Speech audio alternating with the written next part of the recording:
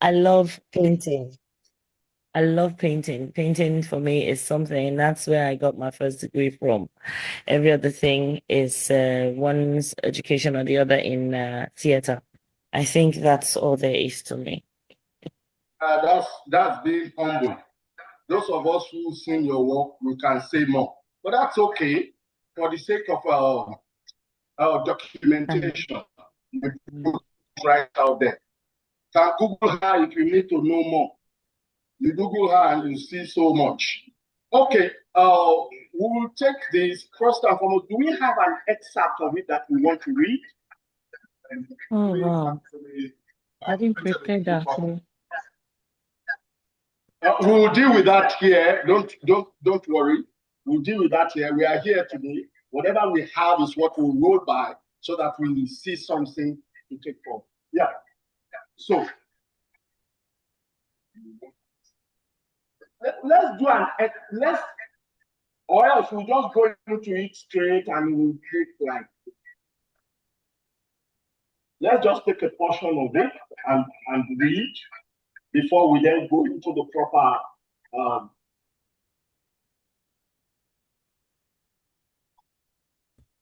even if it's a page, Abby. Yeah, even it's my first time. I don't know how it's usually done. Yeah. It's my first time too. So it makes the two of us. See.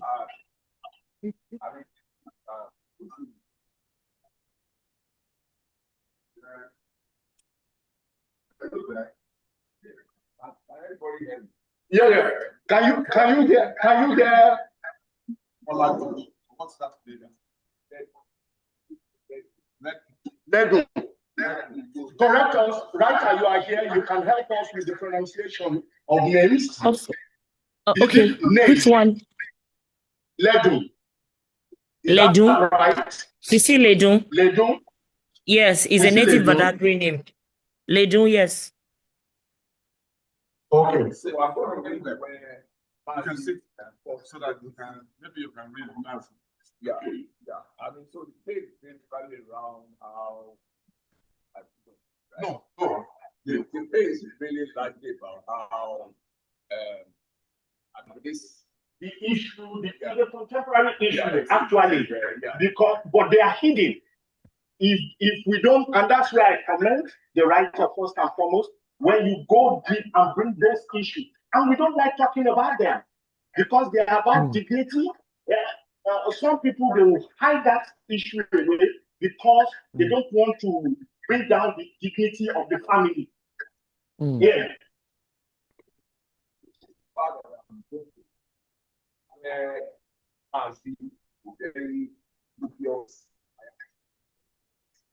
Yeah. First, 12-year-old, and likes her. And likes her enough to really go to 12-year-old. God. I mean, so, what page are we on? The thread of the house. That is the one. I mean, what always is teaching. Yeah,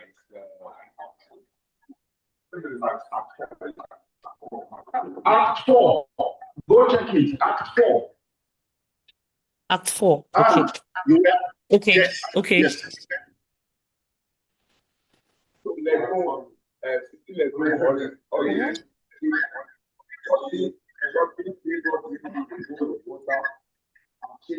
Next to Marcy. She needs to greet him before rushing back to the chief. Marcy stares at her as she scampered up. People brings a bowl of amala and places it on the center table. Marcy taps her buttocks. People jumps in shock and stares widely at Marcy. Marcy has an awkward feeling on her lips. People to sit next to him. People is still staring at him. Marcy rubs his palm on his groin. Marcy says, "Don't you know you're a fine girl?" Marcy makes quick glances towards the kitchen door. Place it there. Did you hear me? Okay, so I should leave off there. Wow. That's an actor, man. Publisher, that's an actor. You know the Yes. job.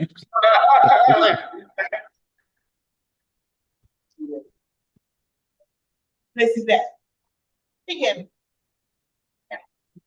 Why is she standing there? Rather morose? Now, you know when they come from this and they're very, I don't know how to say it. Timid. What you understand? She's very respectful.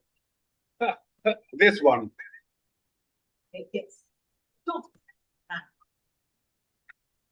No. Angry? I like this one. She seems very well groomed and obedient. Man, she has feeling and nobody. She stays home. Very good. Not that other one. What's her name again?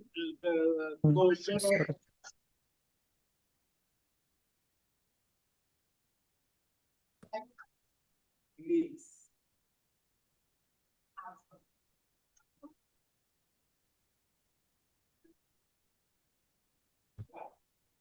That's all right, my darling. Give it no thought at all. Come, let's eat now. Eat with that. Yeah. That.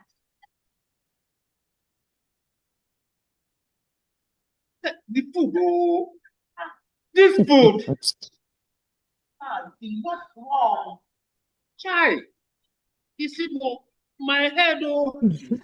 This guy will kill me here one day, oh. That. The pepper is just the right amount. Hi. Cecilia Duma is pleased and makes to feed Mazi, who doesn't take his hand off his head. Lights gradually dim and go out. Act 5. Light opens on 60. Yes, yeah, just to have enough. Yes, sir. Act 5. Light opens on CC Ledin and her friend, Mercy Ohehe, sitting over a bottle. Ohehe. Yes, sir. Mm. They are both very dressed up. Why is the place like that? Like what? Oh, is he not a man? Is he not rich? He's rich enough.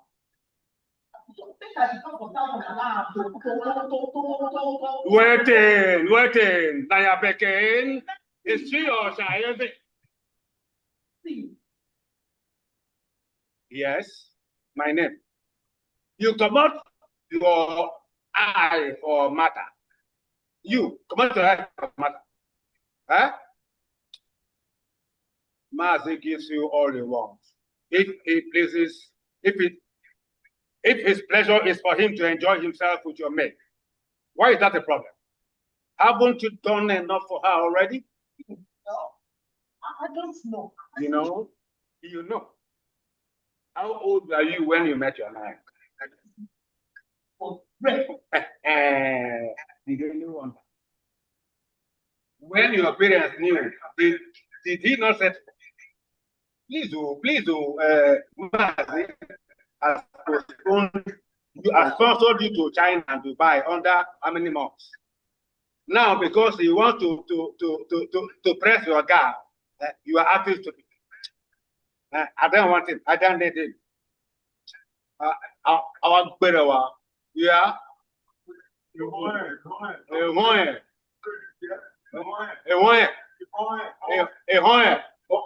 Okay, I want us to stop it at that place because that is about the nucleus, about the actual controversy and all of that. So I will let people who have read the script to come into it. I want to allow the after whatever our points are the script, those of us who have read it fully, yeah. After we have been able to make our Continue. point, Join your people. I will 30 minutes. Continue. call the writer to give a response. Because sometimes we throw these things at them, we critique their work. Sometimes we target what was on their mind. Sometimes we misfire. So that is the place of the response of the writer. So, you prepare while you listen to people who will come into it, take your notes and all of that, after which you will then give a response. Right? Yes. So who wants to go first? For those of us who have read this, I'll go straight at Omolojobi, the birthday boy, because I know he's done a bit of it. Okay.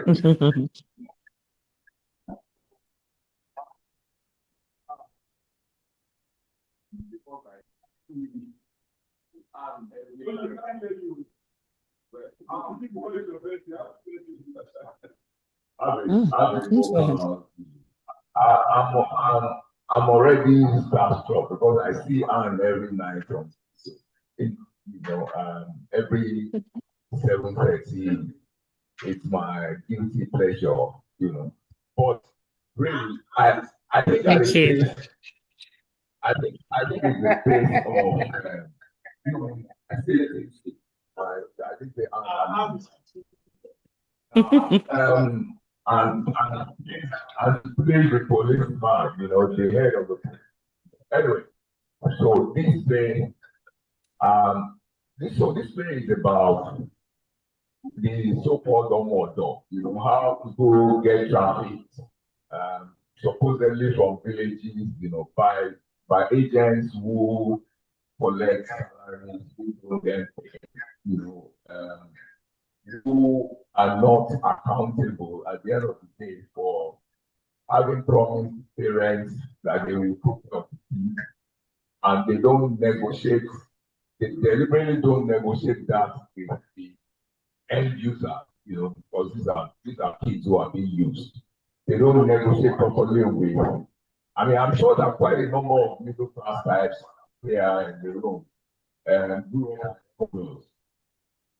and you also know certain families that don't treat almost nicely. But this particular one is a graveyard. I mean, this is a perfect issue in which, some rich client of the district comes to destroy their own side. But then, what I thought basically, what I enjoyed in the play, let me talk about it. What's first is the pace. It starts, quickly, it's I mean, you then the scene with you might then complain that you don't see some things develop before you get to the next point. But I do like the setting, I mean, the place starts with the parents of who are discussing how difficult things are. Now, I like the fact that it is set not in the usual places. This is set in Plateau after Boko Haram, coming and devastating the farmlands in which these two parents work, and they can't even they can't send their kids to school anymore. But they think that they have to send their first child into this kind of labor, and their own wishes were that whatever money comes in from the city, they will use to educate the rest of children. That was the conversation.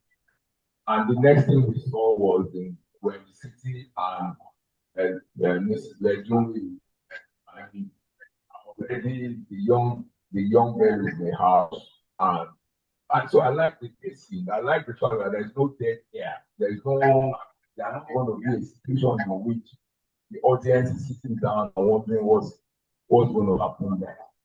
I like the pace at which we get to the point. I really, maybe because I'm not, I mean, it was very difficult for me to get a hang on when that thing happened. She was supposed to be in dreamland, was supposed to be planning, and then something happens, and then that's out. But I think that it's delivered. It's delivered properly. I mean, this is much I can say for now. I'm going into details, but I'm sure that is the general overview of the thing. It doesn't. You are not looking. If you've seen Odio Soyin's Omodo, he has a long, develops, but you can compare this to a short film version of a feature film because he actually says everything in all of that short film. So this is so this product is delivered, and it's quite funny.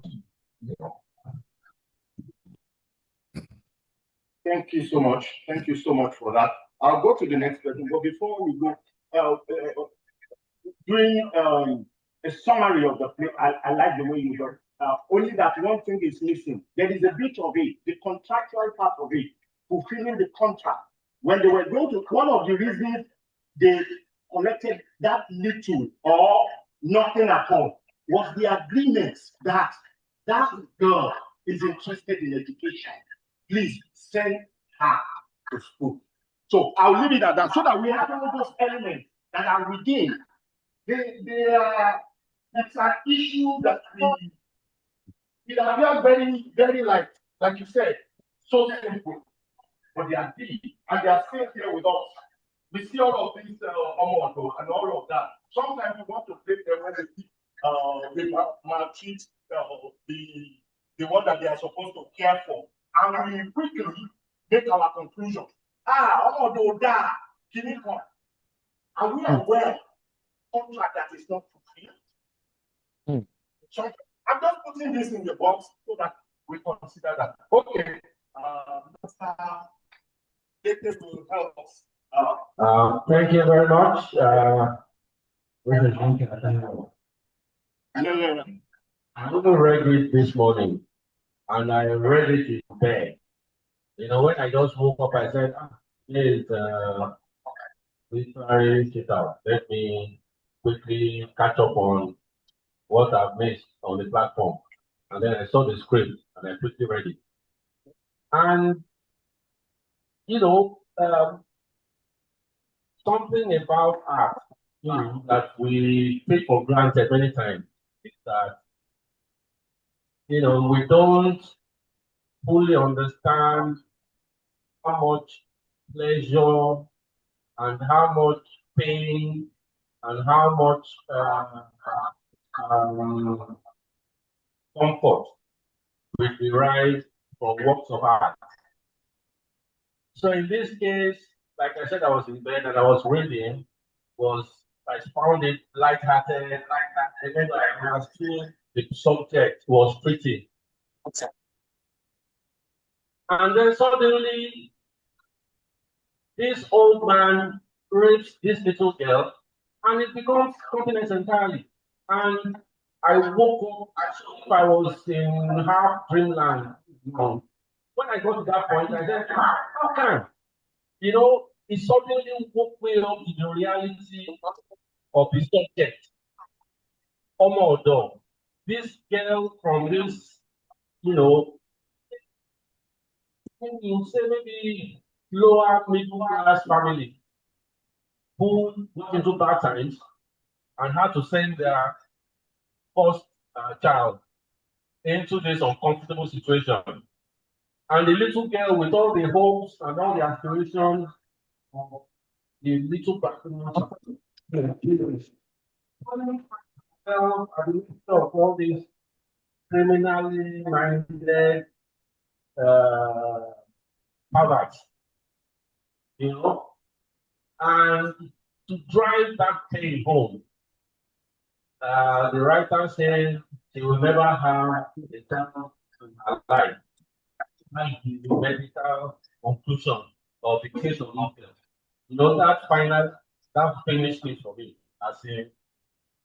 So if I was ever thinking of child labor, and the reasons why families have no choice to send their children to go and engage in child labor. All these children you see on the street selling granola, selling gala, selling all these things. Like that, the truth. Many times those kids, Okada will break their legs. Many times, Tanko will crush them. Many times, different things happen. Some, chronic idiots will leave them into their homes and do whatever. Sometimes they're kidnapped. So, like I said, it started lightheartedly. I was just enjoying comedy, but treating a very serious, subject in that light-hearted manner at the beginning. And then after the author has drawn you in, she then hammers you there. That was what I enjoyed most about that script. And I'll give kudos to Anne for the job well done. Maybe when we go around and get back to talking about artistic elements, I'll have more to say. Thank you. Okay. So the last person on that complimentary note will be Bimbo Manuel. Yeah, that's you ready, Sir? So I want to before we now move to the. Okay, and first, my congratulations. Let's go there. My congratulations. I think number one, your choice of theme is arresting. When you created a bundle at the beginning, a bundle of themes that you after luring us in like this, you started to drop one from there was the Boko Haram at the beginning, the decision that led to the girl becoming a house girl, and then abuse in the hands of and then the sexual abuse.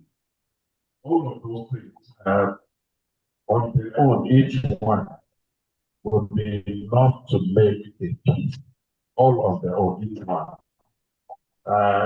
So like I said, I like the way you dropped each one until you shocked us at the end. Yeah, it's beautiful. And I particularly like the bit where you Mercy receives Ledo to go out, and then he comes into great favor. It suggests to me that it was deliberate. It was a plan. It was intentional. It was going to come and raise that girl. So the way he entered was a surprise for me. I was expecting it, and it happened. I congratulate you. Well done. Thank you. Thank you. Don't let's go there. So that we don't. Yeah, I get it. Okay, I'll round this bit. Okay, there we are. Hello. Go ahead. Good afternoon, everyone. Good afternoon. And Anne, Yes. congratulations. Thank you. You know why I said I should start? Because there was a night we went out, you, I, and another friend. Can you hear me? I can. Yes, I can hear you now. There was a day we went out, the night we went out, and we stayed up late, and we had to stay with one of our friends. You remember that night? And you told me some bits about your life stuff and your, Who am I speaking? Okay, who's speaking? I can't see. Kemi Dickinson. Kemi. Okay, yes. I'm sorry. Okay, so you can be, Yes. Yes, I hear. Yes. let me make it see. All right, so before now, I had a writing on the script, but I only had to read the first page, second page, the one Toya Kyosho said we should read, and then I listened to Lake's analysis. And I'd like to say a big congratulations to you, Anne. You know why? Because I feel you captured the before, the now, and the after. Yes, because from the little I read from your script, I can relate. I had a boy, okay? When I had my restaurant and bar, I had this young boy. I said I wanted a mate, but they had a boy for me. I don't know what that's called, a boy. So his name is Femi. He came to my shop and he didn't know much. He was a young boy, black, very lovely boy.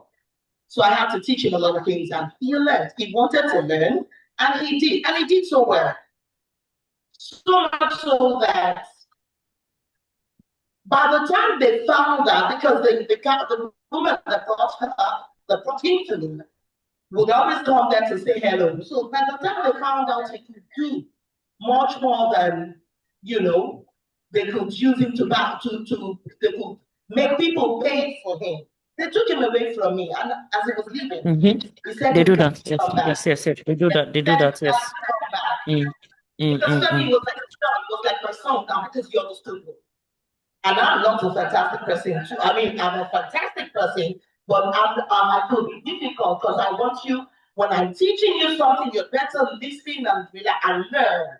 And Femi learned when he got everything. He could make everything before I got to the shop. You understand? He understood me. But he was taken away from me, and I knew that they wanted to go and give him to someone else so they could pay him higher, because all they will do is just give it to someone else and say, there's something he cannot do, he can bring chicken, he can bring fish, he can do that, that kind of thing. Femi didn't want to leave, and I felt bad because I knew that they wouldn't take Femi to a place where they would take care of him like I did. I don't have a son. So he was working yet, but I would work with him. So I felt that. And I said, hey, Femi, because I would take him and I close him, so he looks good. So when I told him, Femi, you're leaving, I know you won't come. I said, Mommy, I said, no, you can't go back. And he said, every phone number he might pay, but I knew it, that he wouldn't be able to do that, knowing that once they got them back to that place, they would make them go naked. You get? They couldn't hide phone numbers to call back. You understand? So I knew that. But I tell you that so many years now, I miss him. I still wish that I could have Femi and take care of him like my own son. But only God knows where they went, where they put Femi. So now, Leke was talking about, yes, rape. I told you I didn't get to the end of the script, but I got a little information from Leke. And of course, I think eventually the girl was raped. All right. But do we ever think about what if he was a guy like Femi? You understand? About what? This little guy, do we ever sit back to think that, okay, this young girl was raped, but do we ever sit back to think that even young guys are raped sometimes? Yes. Yes. Oh, yes, they do get raped. Because sometimes the husband of the madam that he was given to could be a man. You get? And please, let's address that too. Thank you so much, Elizabeth. Okay, this is what I wanted to. I was not going to stop you, but I wanted it in two folds. What makes up when we do this exercise, critiquing any subject matter. they are always in twofold. The appreciation, right? It is always right for us to appreciate, right? And that's what we are doing. And then the second fold will be actually looking at those grammatic elements. What makes a good play a good play? And what makes it, okay, you can go in this level. One thing I know about Han, few of our works that I've read. This is just one. I think I read 2 or 3, and she was always after me. She's so much into advocacy. Most of our works are research-based. There are things that are happening that she's trying to, and that's why you will see her ideas jump at you the moment you take this, because she drives the idea. She's not bothered about whether the no. She drives the idea using all dramatic elements, just pushing the idea. The idea is first and foremost for her, and that's why I will hold it for that then, and I'll let Uriade.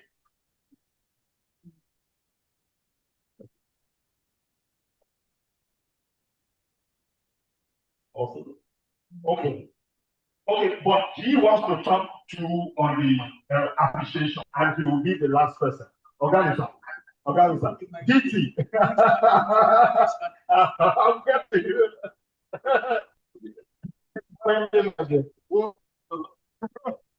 Yes, I thought that we should examine. So sorry, people on the net. We'll get there. Oh yeah. Okay. Yes, the legal effects of illegal actions.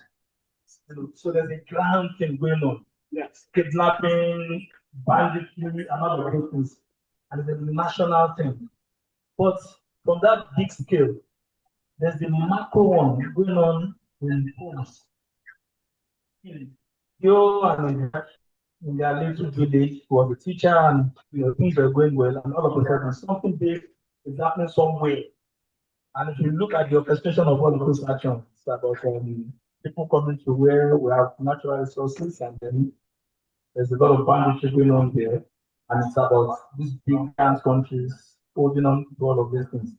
But then who are the people facing the real direct threat? That banditry caused what happened to people eventually, because it couldn't happen, well, maybe that wouldn't have happened. So that's what I wanted to think about. That the ripple effect of something that's going on there, and under one small room, one shelter. National matter. Yes, that parents have to decide and say, what, let our child go. Even though they didn't like it. Yeah. But they were forced to take that decision. They had to make that serious sacrifice, which is child labor on its own. Yeah. That the family has to rely on child, that this should be feeding. Now this child is to bring livelihood somehow to them. And then that child leaves the parents and goes to the city and then sees the real child labor that we're talking about. So at some point I just feel we are all kind of guilty because of all of these things, because they now commodify these children as commodities. They are useful because they can wash our face well, they clean their hands very well. It's not, and we don't see them as this child is the future engineer or doctor or just yes, it's about that domestic slavery that we're talking about. And so the slave is as good as his or her function, not the brilliance of this child that we brought this child, we found out that this child is brilliant, and then so when I mean look at the bargain, and then the guy that was taking them out, I've forgotten his name now, really bargained with Lado that you are going to give her some education. That was He actually did. Yeah. It was part of the bargaining that we're bringing this child not just to come and serve, but we're going to send the child to school. So that's my feeling with the parents. Yes. They did that in the phone conversation between them now and the guy was going to school. That was what prompted the parents to say, you know what, we don't want to go, but you can go, I think you get educated, and the money you make from you. We will use it to cater for feeding. Boko Haram is not allowing us to go to farm again and all of that, and we use it for other things. So you tell me on every dance, from the position of the parents themselves, from their home, from everywhere, the child will go all through. So the ripple effect of something that just is going on there, if they're discussing it anywhere, it's about banditry. But banditry doesn't just stop at exploitation of our resources. It goes into homes. Yeah. Thank you. Thank you. Okay, quickly, I'll go on the next now. Ogasa, Dr. Okoro, we want to hear from you, right? Appreciation, what are the elements? Elements in the play that is worthy of appreciation, and like I mentioned earlier, and it's research based. This is not just an idea that is flying out there. How can we take this forward? What is the element in it that we can tap into for the society today? So I'll leave that to you, sir.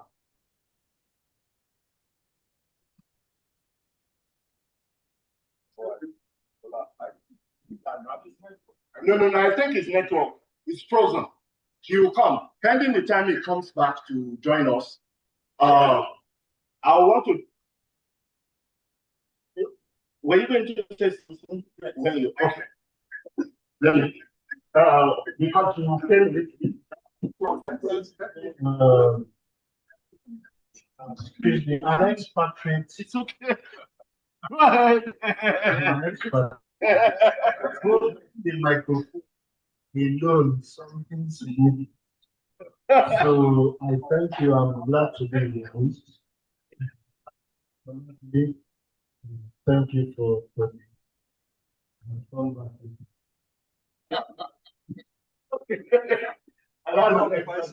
Okay. I think honestly, very like Shegun rightly said. I mean, when you were talking, you just brought me back. When I got married. Oh, why is that a question? It's the network. Okay. The first thing my mother-in-law told me was that you need house help. And in my ears, that sounded almost off. And I looked at her and she was like, I'm not going to allow you to make my daughter, and they're coming from big family now. So it's almost like command. And I looked at it, no, I don't like house help. And the woman could meet. It was like that dropped from the moon. It was like she's never heard such. That's it's because you don't want to. It's not about money. I really just don't like the idea of house help. I can allow people to stay with me, and in the process and all of that, we get together.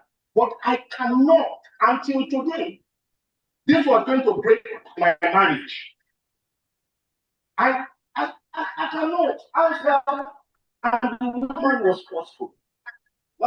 She was forceful about it. No, and my wife there enjoying it because as far as she was concerned, that was some help for her that I was going to keep. And what when I said, okay, if I'm even going to agree for you to go and bring house help, that house help will have to either be going to learn something or go to school. I'll finance it. And they were still again like, what kind of a thing is that? So when is the house help going to be able to do what he's supposed? I couldn't. This was with me for years. I love them. They have the house help, but we were always fighting because when issues happen between the house help and my children, and my wife will want to always call the children, and anytime I come here, I say, no. She's right. And they really don't like that. Not to do my, because I don't think, I think my wife a house help in the house to take care of your kids, the quality of that house help is the quality your children will come out with at the end of the day. There is no, that was my thing until years after, when my wife then saw what I was all about. Since then, we stopped house help. There was no point. So these issues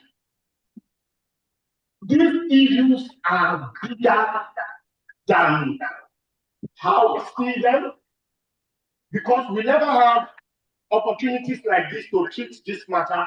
And what this spirit is providing us is the ability to be able to look at that small issue, right, from the national point of view. I know that in that area, they often bring their kids down to Lagos to come and do some house help. So I know. But why would they do it? Some of the reasons is Boko Haram banditry, they have to let their children out and all of that just to save them. That's a national issue. And then when they get here along the line, what is the relationship? What are the cultural values? What are the things we are breaking? And all of that. So these are all the issues that the spirit as little as it appears that he has brought up. And I sincerely congratulate you. I sincerely give that to you. Taking an idea, right, into play for this purpose, I sincerely congratulate you. And I think there's enough appreciation going on right around in the room, right? The other one that we are now, the other side of it that we have to now go is to now look at transformation, the progression, the plotting. Because no play, right, that will not rely on all these elements to come out, because that's what it's all about. So I will yield the floor for those who already have their points, right, on this. What are the dramatic elements? How are the dramatic elements in this play helping the play to be good, or has it taken out from it? The lack of dramatic element, good dramatic element, how has it helped?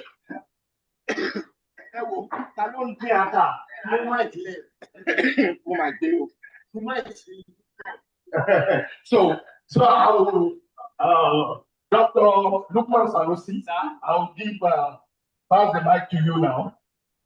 I have been stampeded by Francis. Okay, so what do you want me to talk about? I read the play. Characterization. Okay, dramatic progression. First of all, in terms of characterization, for me, my take is they are very common. They are, I think they all borrowed from what is usual. I didn't get a kick, to be honest. I did not get a kick, especially from the madam, trying to place her as the iPad dome, kind of in her solution and characterization and all of that. I didn't see the roundedness in that character yet, for me, and it's just me, right? And also in, what is her name again? Something, Kaisara, you understand? Kausara. And, oh, sorry, Namio, look, man. So I'm just giving you my honest opinion. I know. This is fine. Is this part I was waiting for? Okay, so I'm sure you've had all the nice things. So again, as I was reading it, I was reading the usual, so I didn't get a kick out of it, to be honest. As much as the topic is very, very important, and I think spot on. You understand? We need more of that material. But the typical bringing a girl from the village and then making her servitude and not, being compensated adequately, lying to us, go to school, and all that. It's normal. It's common. It's what we see every day. But I would have expected more of there's something about the lead character. Yeah, what's her name? Cecilia. Nedu, yeah, is not and her friend. So I got the story. The subject is very important, but the character is still very, very. You need to work on that character. You really, really need to work on that. That I'll just stop. Okay, Bobimbo, I think you should take the mic. No, I did say something. No, he said something. I said something. Okay, as far as characterization goes, I'll say the thing I liked about the character aspect, especially Favor and the parents. I think you managed, whether intentionally or happenstance, to enter into their heads. And for me, as a writer, exploitation of a character starts from the psychology of the character. It is not just the physical acts and so on. What is in the head that is driving purpose, objective for that character? And I think though you made Favor rather passive, you always wonders what she was going to contribute to the flow of the story, because she doesn't really contribute anything to the story. Everything about her is directed by other people. Her parents, Marcy, Ledu, even Kausara in her own way influences her.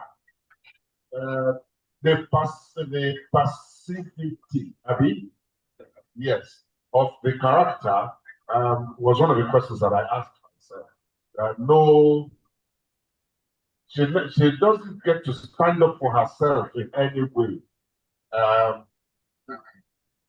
Well, maybe to Ledu, yes, yeah, but beyond that, even that she doesn't carry through. I think there would be bigger dramatic tension if we had her stand up for herself in whatever way. And even if she does, and she is overpowered by the adults around her, at least we see that she makes an effort. That's one. Number two will be that it's likely to increase our empathy for her, because in that struggle to affirm herself, to defend herself, to speak, to stand up for herself, and she gets overpowered, I think it will heighten empathy with whoever is reading and whoever is watching when it goes into performance. And it will do something else. It will also heighten our hatred, so to speak, for all the people who put her in that position. And I think that's just drama for me. That's actually just drama. When we're able to increase tension like that between characters in situations and so on. And all those things come from the head. And I like it that you took the characters from the head. Thank you. Yeah, let me quickly, before I pass the mic on, let me quickly read what Dr. Ole Odutola sent to us. This manuscript is a dramatic play titled Favor that explores themes of child labor, domestic exploitation, and the catastrophic consequences of systemic poverty in modern Nigeria. The story follows Favor, a young girl from the Jos Plateau region whose parents, Theo and Emila Lazarus, are forced by poverty and banditry to send her to Lagos to work as a domestic help. They are promised she will attend school, but her employer, Sisi Ledun, views her only as an omodo, house girl, and denies her an education. The narrative takes a tragic turn when Sisi Ledun's lover, Mazi, sexually assaults Favor while Sisi Ledun is away. The play concludes with a moral and legal reckoning. Favor is left permanently injured, and her father, the employer, and the abuser are all arrested following a report by Kausara, Sisi Ledun's niece. Weaknesses of the work, pacing in the final. The transition from the assault in Act 8A to the Ministry of Women Affairs press conference in Act 9 feels abrupt. The legal resolution is delivered by a speaker at a podium, which feels more like a public service announcement than a dramatic conclusion. Yeah. This from Dr. Thank you so much. Doctor, because this thing is frozen. Is it back now? Would you want to say this, sir? Would you want to speak, Doctor? Yes. What? Go ahead, please. Go ahead, please. Well, I think what I have posted has said much of it. But at first, that I was asking myself, and I would like Anne to speak to this. What is the story behind the story? Before, when she's ready, this is what I would like to know. What is the story behind the story? There must, it's that I would like. And then, well, correct me if I'm right in this matter. There was once a time in which there was a big controversy about the kind of movies that are accepted. And they were saying it must have a certain percentage of Nigerian language in it. And I was saying to myself, in the choice of the characters, they are almost all spread over. Sister Ledun is from Badagry. The parents are from Plateau, and the character is from Lagos. And anybody who knows about the unity of space, time, and whatever, I think it was Aristotle who talks about all of this. In this, there is no unity of time, no unity of space. It's a very expansive story that runs across different parts of Nigeria and also in time. And like they say, everything is possible in drama. You can see that within the space of 1 hour, a child becomes omodo, and the child is abused, and all of it, and all of that story. So it's like when you give young pastors the opportunity to preach, they will start from Genesis and it will end up in Revelation. But I know there is a reason why the writer must have chosen to take us through all of this. The last thing I was going to say, and it probably will be in form of a question, is that hidden within all of this, for me, because the last time we were talking about South Africa, and I had listened to how domestic servants are treated in a place like South Africa. In South Africa, there is actually a policy for domestic help. They wear uniform, they're entitled to a holiday, they're entitled to retirement, and they also wear uniform. The state is very much involved and interested in domestic help. I don't know what position you would like us to take about the situation of domestic help in Nigeria. The ministry comes in, but I don't think there's I might be totally off my whatever here. I do not know whether there's any policy for domestic help. And when I saw Modo, my mind went to Bode Osonyi's play. I don't know whether anybody remembers Omodo, a play by Bode Osonyi. Many years ago. Even me saying it, I just remember that the Omodo was badly treated. I think it came on television as well. Maybe his eyes was plucked out or something. But the whole concept of Omodo, if there's anybody who is in the space or listening to me who wants to talk about how has Nigerian literary production dealt with the issue of domestic help. I remember when I was checking something about Chimamanda. Chimamanda uses a lot of house help in her stories as well. But what do you think, and I'm talking to everybody now, what do you think is the attitude of Nigerian writers when it comes to domestic help? Let me stop you there for a while. Thanks. Thank you so much. The mic is with him. When he's done, you just pass the mic to him. My name is Afro Anthony James, but simply conclude.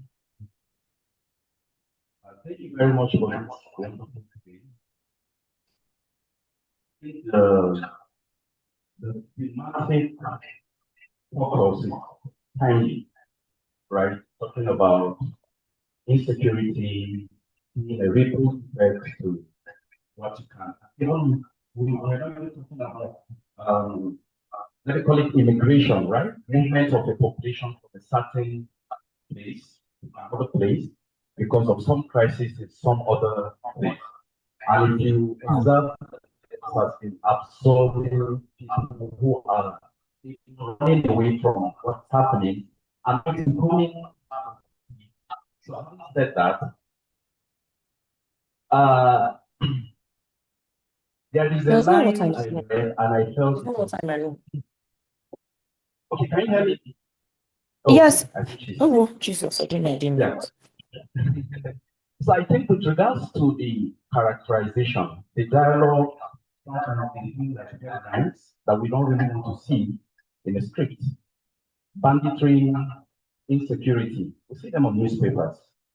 And they've been put out there that it's too simplified, right? When you say insecurity, really, it's insecurity.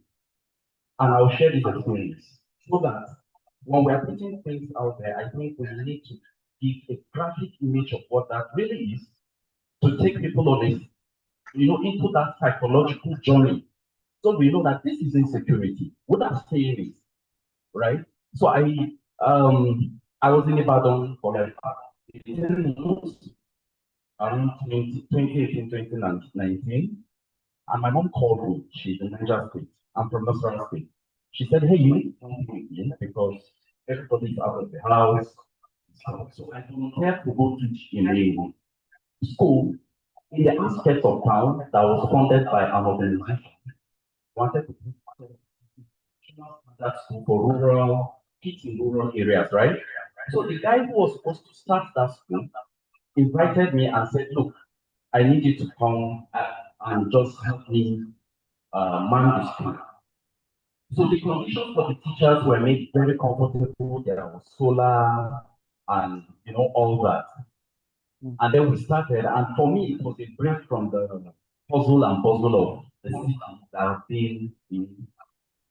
And then one day, we just came out and we saw people coming in from the interior villages. What's happening? Bandits are attacking. And then we thought that, me and my friend, maybe we are safe, right? A month later, another attack, it was in the closer villages. And then one day, we were together and they said they are coming. So we escaped on a bike, went to a village, and then they then told us that they come to that village. And we escaped on a bike to another village. So apparently they must have had intel of sort of the people who were like running the school. So if we kidnap these people, we might get the organization to give us ransom or whatever. I don't know what they are, I can't say. However, we ran to a village and no, we later made it to the police station. And somebody just said, Uncle, please come. You know, kids, right? So I went and right in the room, I saw a just child with a big wound on his head. One of the bandits used the gun butt to hit him. I think a 12-year-old kid. What happened? I was like, Donatus, what happened? That they were coming to their village and their mother was sick in the room, right? And when they were going, he just found and said, I can't leave my mother. So he ran back, and then that was when they got him. Why they didn't kill him, I don't know. But that is what insecurity is. And I left. And came back to Jos. On coming back, so I've worked on peace and conflict, drama for peace and conflict resolution for times I was in Jos. Over like 15 years, written drama, radio drama, and all that with almost and I felt that so when I came to Jos, and I'll round up here and just talk about the script and compare it side by side, how this critical issue was just cold on the surface. If I read the script, I don't get what insecurity is. It's just another word on the newspaper, right? So I came and there was this girl, they sent them away from Mango, and the girl came and she very close to me. A week later, just in my area, where is this girl? She's been trafficked to Ghana. I don't know where she is currently, right? So if we go to this line in Act 4, where Favor says, my parents were preachers, but the salary was too small and irregular. Even insecurity was too much for Punkils going to school, so my parents started farming. My parents enrolled my siblings in a very good school. Well, that's what everyone used to say, because my parents helped us with assignments while also teaching at home. This just sounds a bit cool, right? Yeah, it's like catching the surface. So Favor is not delivering. It's like you just put this dialogue in the mouth of just because you want to pass a message. But I doubt very much there could be a way you could deconstruct this line and make Favor to really talk about her experience, right? From the whole of this, without even mentioning any of these things, without mentioning insecurity being right? And that way we can get how it has influenced her, Yes. it has made her who she is, and all that, right? So I'll just stop here. Thank you. Just give it to me. I thought the place started from the escape from Terrorism. So the writer didn't need to talk about what terrorism was. She escaped from terrorism to Lagos, where she encountered a whole lot, which I don't see as anything novel. The issue of Omo Oto, it's older than me, and even if there are laws like calling said, it's like a tradition or it's like a culture thing for us. It's taken to the system of one boy, like the apprentice Ebola. You know, it depends on who is taking care of that child. Even if it is a stranger or a relative of that girl, there are still some people that are wicked to them, and there are still some who send these girls to school just like their own children. So when you get to such homes, you want to know the different woman of the home and the children of the house. So I'm not. I will the thing, but I'm trying to decipher to what people have to say. The truth is that you said the place timely, the film timely. Yes, we cannot stop talking about the terrorism and the fallout of terrorism. We can't stop talking about it. And I think since the thing is so common these days, there's no way we can develop the characters beyond what the story says. For example, I would have expected that to break away from the norm, when the little girl came from George, wherever, and she started staying with the Badagry lady.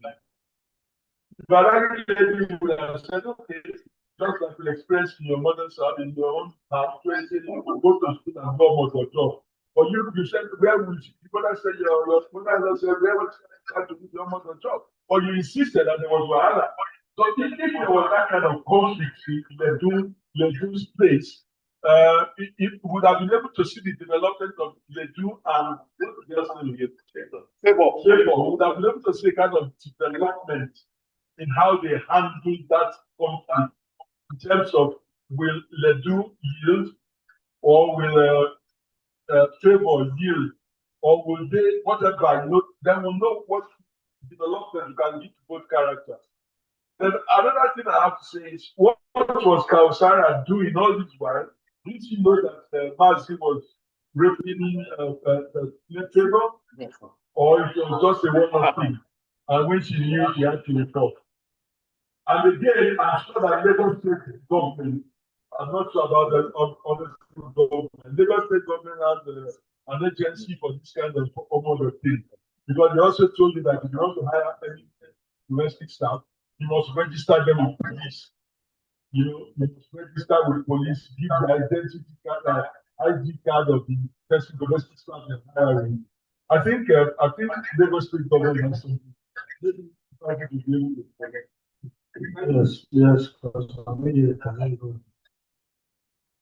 at what time will you also be able to respond? She's going to make a general response. No, she has to, because the question has even been. Next project is not.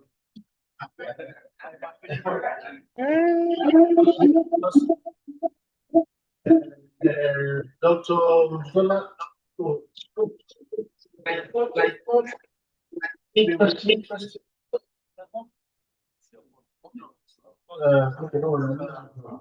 the author, it will be useful for the author to at least respond to some of this, either by conversation, either by another, and it helps in going forward. I think Lukman wants to make an intervention. Have you not changed your mind? Before we go to Dr. Lukman, we'll go to Mr. Atoyi. Leke Atoro.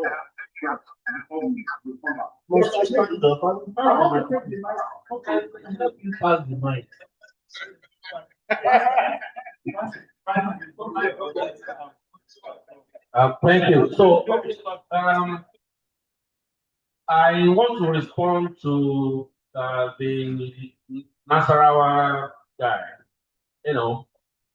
because I can see how somebody would take the main thing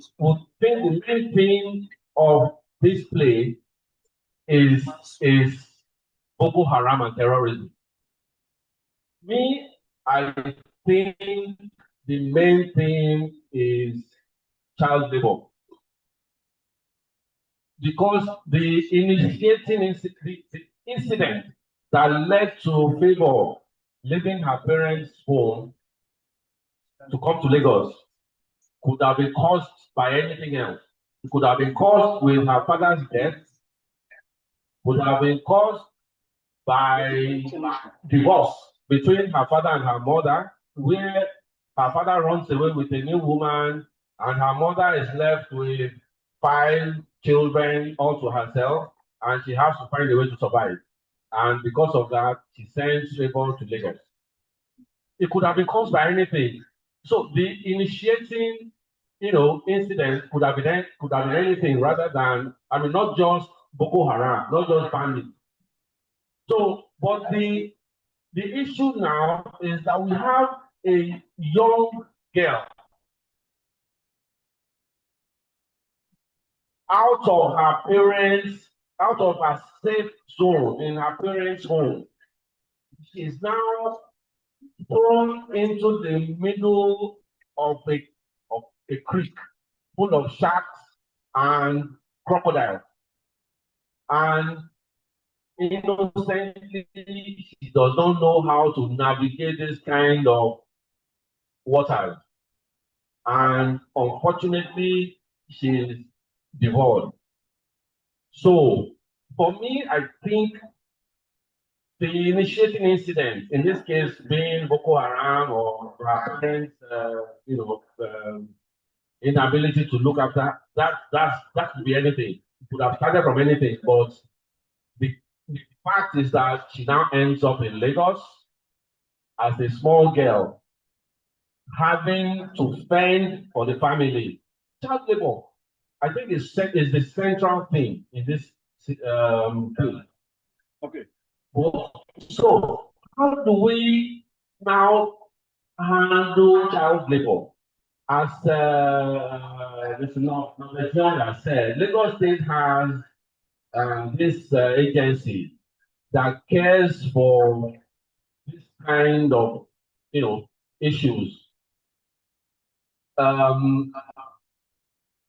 We can do advocacy to ensure that people have options, people have information that these agencies exist, right? That's one level. The other is to ensure that there's justice. Like in this play, I like the fact that the Ledo woman, the madam, and Mazi, and even I think 3 of them ended up in handcuffs. Yeah, the friend. Yeah, that's some kind of relief at the end. So for that, I'm happy with the way the author handled it. And like I said earlier, even though the play started like light-hearted, like a comedy kind of thing, but it hit very hard. It hits very hard in the end when we saw that this thing ended up with. I thought Mazi would end up with just one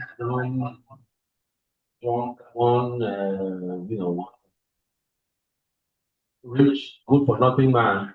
But he actually carries out the act and ends up damaging that girl for life. She will never be able to have a kid. So I like the way the author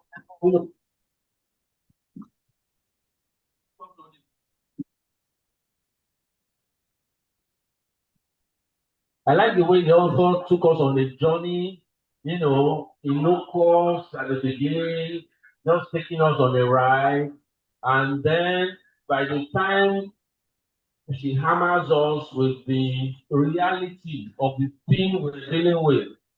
Child labor, like I said, it could have been somebody selling groundnut on the street. These things happen to all the parents who send their kids to the street to go and hustle, to fend for the family. They are as guilty as the parents of Favour in this case, in my own estimation. I would like to say something quickly about characterization because Mr. Manuel touched on it when he was making his comment. There's none of those characters that we cannot visualize.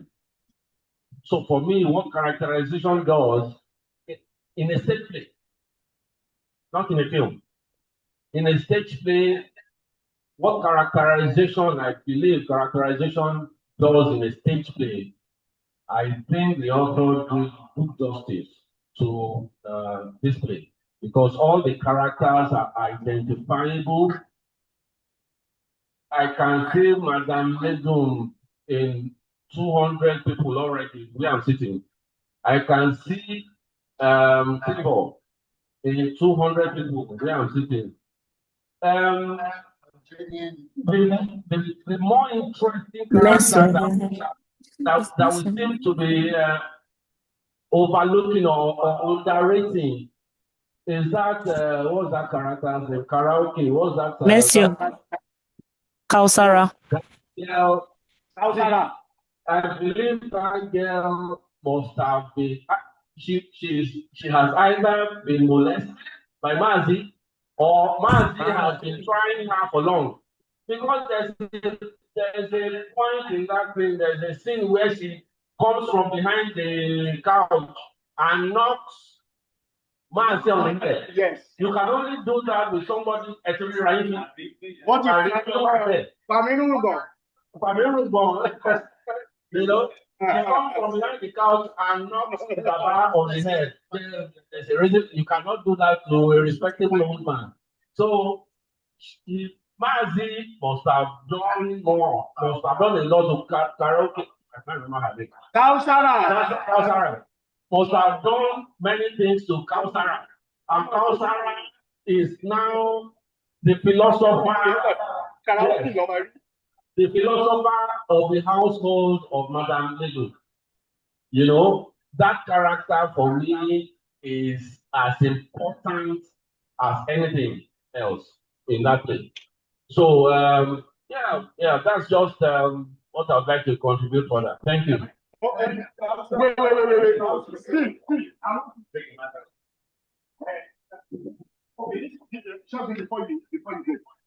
It is better when we have sessions like this, for the sake of the writer, it is better not to make it argument. No. You are not. We get it. And I will go there. See. No. I will go there. You actually have a point, right? And whatever counter that you've heard, right? They have a point. I think that is just simply pointing to issue of plotting in the play, the progression. You get. We always say a writer is a god when they sit and plot whatever they want to play, which means God can do whatever they want, whichever way they go. But the interpretation of it in the face of people, you get what I'm saying? So it's the issue of plotting. I think I will speak a little bit about that plotting that I saw, particularly that I had the chance before now to have read that work, and we've had a personal conversation around this thing. So I happen to have an idea of things. Okay, thank you. Quickly, I just want to say, when I read work, I read them like an interpreter. So I just go straight into it. And I do not see where the images are talking about meanings of time and space and all of this. It do not conform with the reality you're facing today. We have nothing to do with that. So that the parents are taking us to places, different places from Paris to Lagos to all of those things. I mean, it makes it hit home. And one of the strengths of the work is that something Mr. Lake mentioned. If a Kausara can be Mazi a knock on the head, she has already revealed to us that Mazi is telling us. When you say so much without saying anything, then that's the strength. And I think I've got my kids here. I just imagine, because we have now naturalized violence, normalized violence. Because so when we read about bandits, we just say, oh, 20 people killed in just, 8 people killed in this, 2 people. We do not think about those things that they are beyond statistics. These are people's fathers, mothers, children, uncles, and so on and so forth. So we kind of eliminated that it is a trauma, a national trauma, because we get used to it. Bandits, so it's a story like that. So as a father, a parent, saying, I'm leaving. That's why I think that the parent did a lot of things psychologically to the characters. Coming to terms little children to go out there to what you understand. So taking your time out of your domain to a space you have no control over. The only thing that they both rely on, I mean, father and mother, is the promises made. And at least the child will go to school. So I think without attempting to belabor the idea of labor has been there since the beginning of time. Slavery was very normal. I mean, I hear people talk about Madame Tinubu that she was slave. Those days, slavery, I mean, was currency. Yeah, It was the oil of the moment. it was the currency of that time, all of those things. But when it begins to shift from the people that are supposed to be doing it to people that are not supposed to be doing it, then there's a problem. What do I mean? When parents now rely on children, not children as in children that are of age, children under 10, 15, to be the breadwinners in the family, to come and assist. That is a very, very traumatic stuff that we have normalized. So that's why your mother-in-law, for instance, would look at you like somebody out of space to say you don't want a house help in your house. It's strange because we have normalized, we grew up with house helps around us. But I think I was lucky, I didn't see my age mate being the house help. I saw people older than, so we had John to iron clothes for that and all of those, but they were much older, not children that should be in school. But this is a normal thing and it's an industry. So it now becomes a duty for us. That's why I laugh when we say we want to do art for art's sake. I have no problem with it. But when we get to art for art's sake, or I just want to entertain, I'd rather go and do something else. Because for me, these are things that are causing so much pains and injury and all of those things to our societal sensibilities that we are not looking at. We've normalized it. So more places like this need to come up for people to say, come on. They killed 2 people. Those 2 people are so and so, as opposed to statistics. Yes. Officer, you want to say something? My response is that I don't agree that there wasn't characterization of proper characterizing at all. I mean, I don't think that you needed somebody who is on all floors to show that someone is animalistic, that sort of thing. But the one line that I want to contribute is this. From what I've gathered from what everybody has said, that we are ourselves how we respond to drama. I mean, Tony is coming from that background. That's why he's in a car. If I'm sitting down in Lagos in the national, at the Muslim Center and watching this play, and I see those 2 parents, and I hear something about farmlands in Plateau, because of knowledge that I have about the issue, I empathize already. And I see clearly that thing has been brought home to me in Lagos. It means to me that those kind of things that we hear, that, those kids in my backyard, the Lekki, okay, that's actually what drove them here. That's how these things form in your mind. So I don't have a problem, but perhaps, Anne might also look at it from the point of view of, okay, Tony is coming from Nassau and he says this kind of thing, and perhaps she might just do something, as, to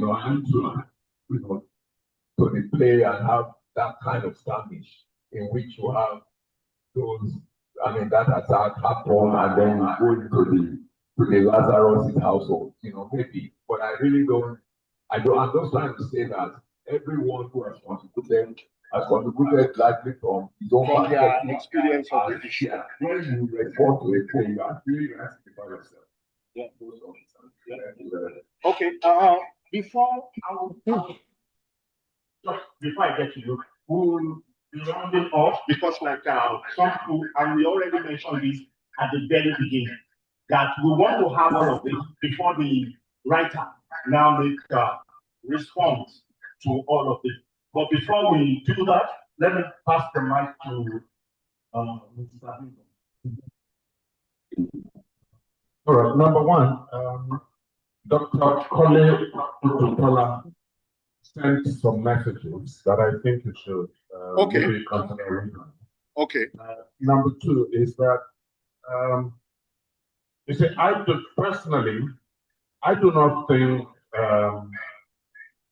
any consideration beyond a social conversation about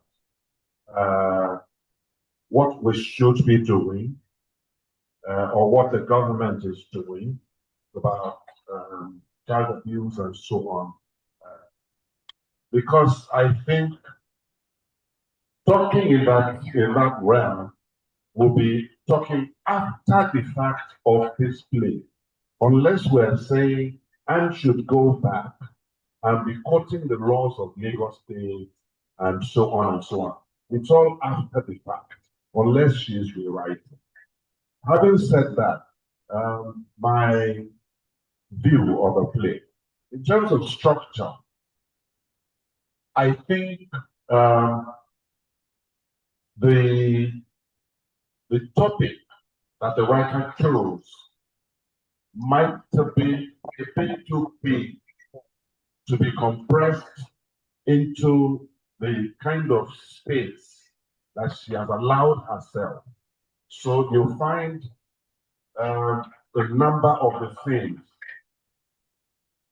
jumping, like she needs to compress, she needs to gain time and all that. So it denied us an opportunity to milk some of the emotions, to interrogate some of the issues that she raised herself.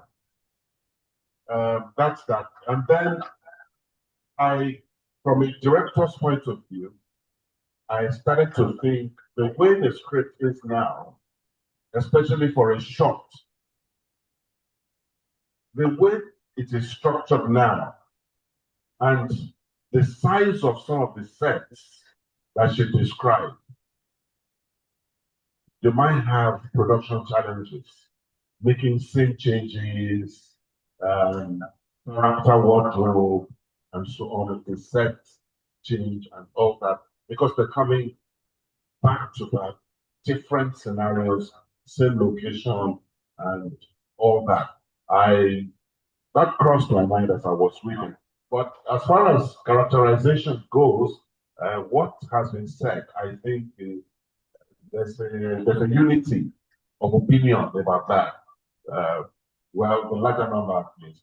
I think she worked well on the characters. She worked really well on the characters.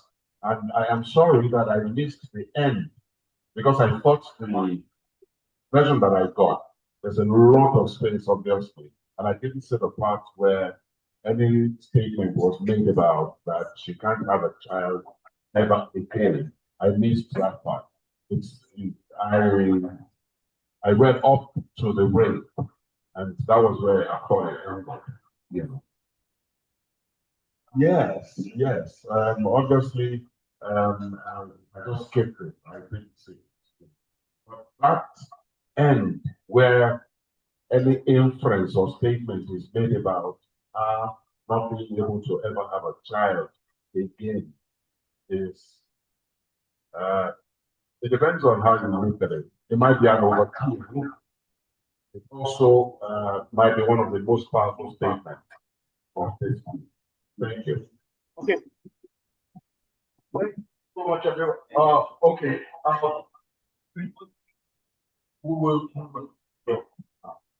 Well, let me read what Dr. Kole Ututola sent to us again. He said, we are different time maybe is up to something quickly. We have different time zone. When comparing Lagos State to South Africa, you are looking at two entirely different legal, structural, and cultural paradigms. South Africa has one of the most progressive formalized domestic labor frameworks in the world, whereas Lagos operates under a deeply fractured system where the biggest battle is simply moving domestic work out of the shadows of modern slavery. Lagos State, the overarching federal framework, the Nigeria Labour Act, is heavily outdated, while Lagos State has been highly progressive by passing the law, the Lagos State Child Rights Law, and establishing the Domestic and Sexual Violence Agency, DSVA. The domestic work sector remains overwhelmingly informal and unregulated. Contracts are rarely written, and agents like Mr. Yusuf in your play operate completely outside formal labor registries. This is what you will. Before we hand over the mic to Anne. Anne, are you ready? Yes, I'm here. Okay, Network fine. it's drizzling a bit here, but it's okay. It's okay. Your voice is much more important in this case. Okay. Okay. A lot of things have been said. We've mentioned about. Okay, I'll come to you. Okay. Can I just round it quickly? So,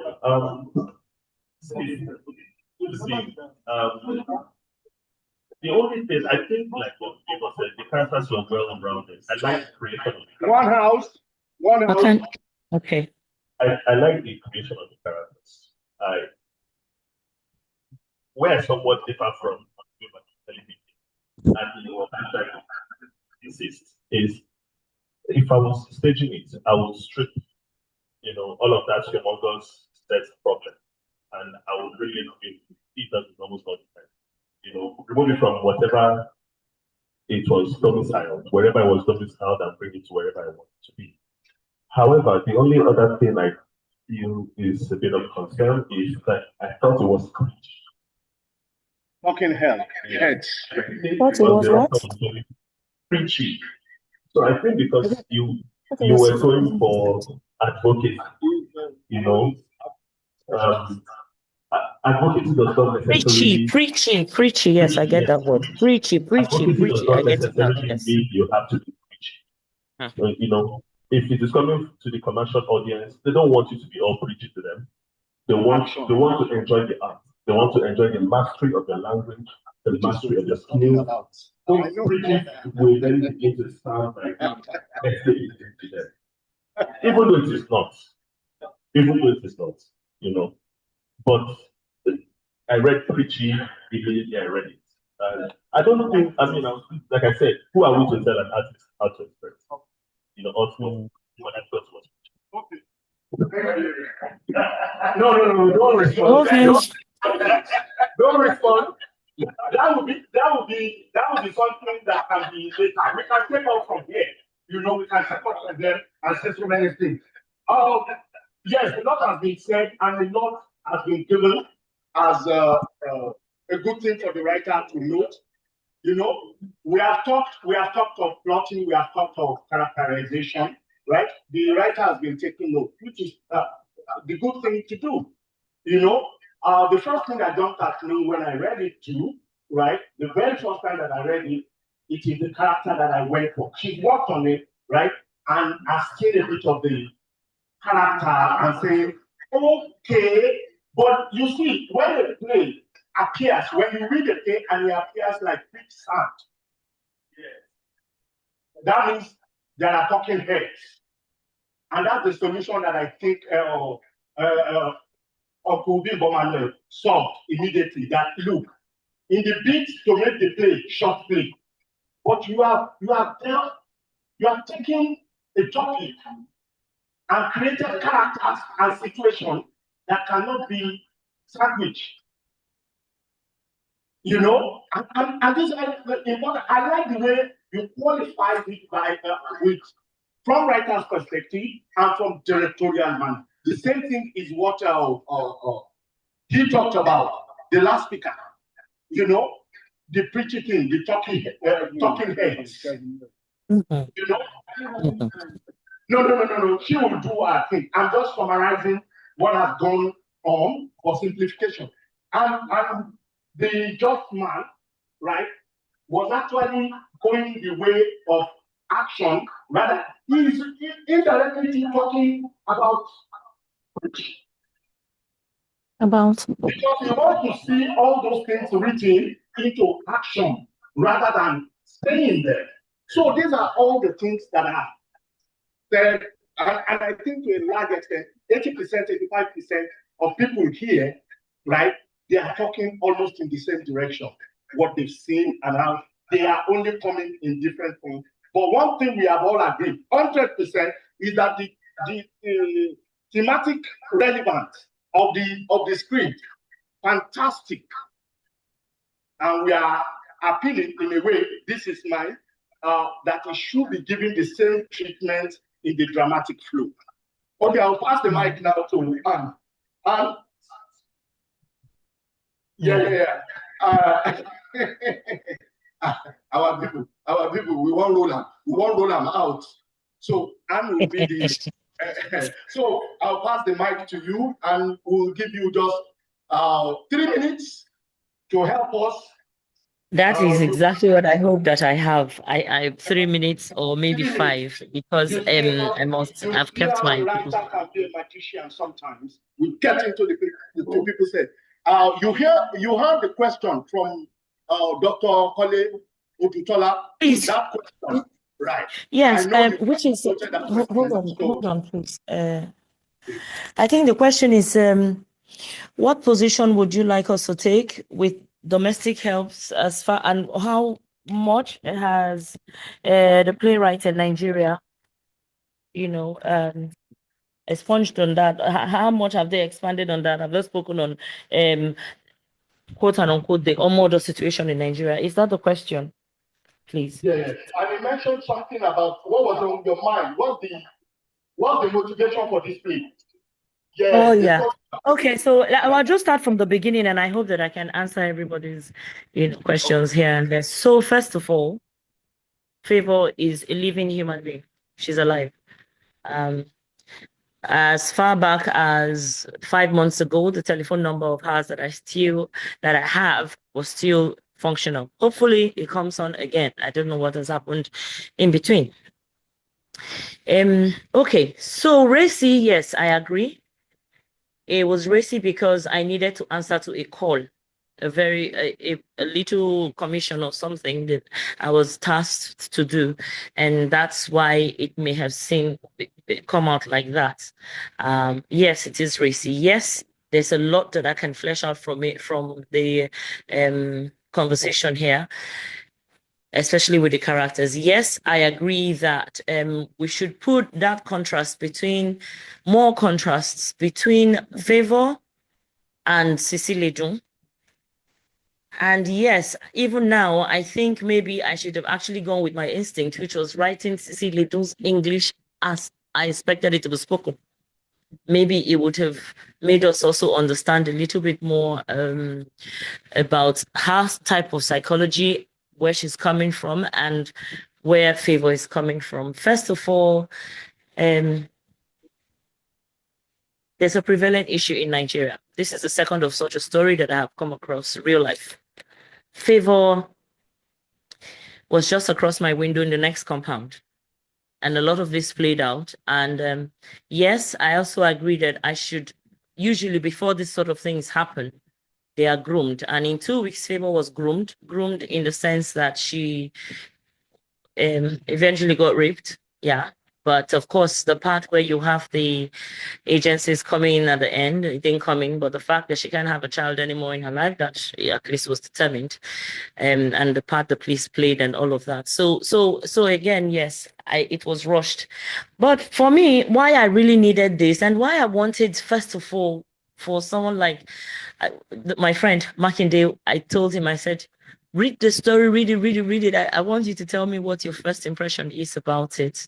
And I knew I would have been getting a very critical look at it. It's because I'm happy this is happening today, because I also needed to look at a cross-section of us and how we think. Our society has grown cold. Whether we accept it or not, it has grown cold. And the extent to which it has gone cold, a lot of us may not be ready to look at, but it is there with us. saying that there are agencies where if you're bringing in house helps, they should be registered, and this, I do not think it has to do with underaged persons, boys and girls. Favor now is 12. What happened to her when she was 10. And so understand when I put it down the way it is that I put it down. Now that I hear from my office that we may be doing something with Naoa, so I've started to flesh it out a bit. I'm sure that when next, and I hope that I would have the opportunity to bring it in again and say, look at this and look at how it's I think more of it should have played out. I am surprised that no one is talking about Messi or Hehe and the way she sings and the way she is. A character like that actually came up in the story of Favor, real life, and I was shocked that people actually are this way. And she's a mother, she's a wife, and she can think this way. My reason for going across all around and using different names, as you've seen, from different backgrounds, I wish I could do more, is that I didn't want it to be of a particular sect of the country. So nobody is demonized, because the truth is we are all in it. We're all in it. And the idea that when you bring in a paid help, domestic help, how it is you want them to come out, the quality of these children it all depends on the adults who are in the situation. If the adults who are in the situation look at an underaged help, because they are there, they are here with us in our own very society. We see them every day. If the adults involved who also have children decide to say, okay, I'm going to treat this person as my own child. Okay, let me even say, treat this person as a charity case. That would be beautiful. But that isn't what is going on here. There are people who were just much more interested in what it is their comfort is and what the comfort of the presence of this person is going to bring forth. And that was and is the thing for me. Painful as it is, difficult as it is to look at, it's happening. I happen to have gone to school in the north. I also happen to have some of the north in my lineage. I also happen to come from a part of the country too where we are very bold people. And I know that there's a difference. So first of all, these people coming and they meet the first shock. They're expecting that if you go up north, I am not trying to, if you go up north, when north was the north, they are most hospitable. People who will take you in no matter who you are. They don't ask you what tribe you are. They don't. So, and imagine those people going through this very difficult. First of all, they haven't even started to grasp how to be in the Nigeria of today that they live in. And then imagine the psychology and the pain and the agony that goes behind having to send your own child down this way, hoping, okay. So these agencies that are here, that are placed here, these agencies are here, but there are no government regulations that are actually checking it to see that they're doing the right thing. What is a 10-year-old child doing serving adults? So this is just what it was for me. I appreciate so much what it is, the fact that yes, the scene changes may be abrupt or maybe that's not the word, but my thinking is if I ever had to direct it, I'd be as simple as possible with scenes and not have to belabor it because then it makes it look like I don't want a situation where, oh, she left a poor place and she's coming to a bourgeois home. No, that is not even the case. Before we even get there, it is ordinary people like me and you who have a problem and have to sit down and calculate how much we spend in the market every day. These are the people. So it's not even as if they're giving this child or these children anything special. So that will take away. But I am grateful. I will take all of this into consideration and I hope I come up with something better. Thank you so very much. I don't know if I've answered everything, but please. Thank you. This is what it is. The teaching is all about appreciation of every drama work, every literary work. That's what it is. I think the session has come to an end, but before I will pass the mic to the coordinator of the Lagoon SitOut. Yeah, to round this off, it's always it's an honor for me to be the one, moderating this session in the life of it, and the very first time that I will appear, even though the 3 of the times I wanted to, something happened. Okay, sir. First, This is the first, would like to thank Makinde Adeniro, the president, Hope you work hard with that. for making such a good job of coordinating this session. It may be anybody tomorrow, the next session, it may be anybody. We don't have any resident in the group, so prepare. I would also like to thank very, very profusely Dr. Conley Otutola. Yeah. For a very long time now, he's been very consistent in attending every edition. And not just that, he's also generously provided us with the Zoom link that we're enjoying. Thank you. Oh my. Yeah. He's been doing that for us. And if we want to be there for a kind of glory, he's ready. Thank you so much, Dr. Butola. We'd also like to thank Tony. We call him Tony Jones. I don't know where the Jones came from, but he's the one who has so generously also provided us with the tech that we're using at SitOut. We came with a laptop, came with speakers that enables us to hear ourselves, the speaker, everything, Before now, what we have been doing, everybody will put on their phones, log on Zoom, and it's always been very chaotic. Today, it's been so orderly, we can hear ourselves and we've enjoyed every conversation. Thank you so very much, God. God bless you.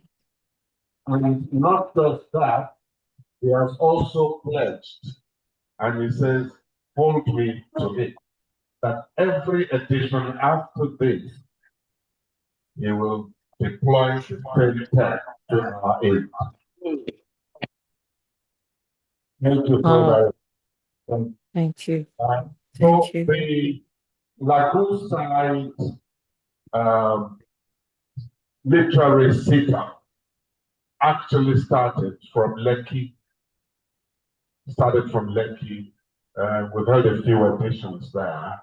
And basically, for those who are attending for the first time, basically what the SitOut is about is just what you have just seen.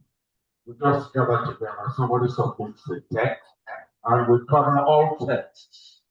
It could be an article, it could be a stage play, a film script, a short, anything. It can be a poem, yes. It can be an opinion article in any media, and we make a conversation out of it. But when it is for stage plays, where we all generally have an interest, we do not take published pieces or already popularized.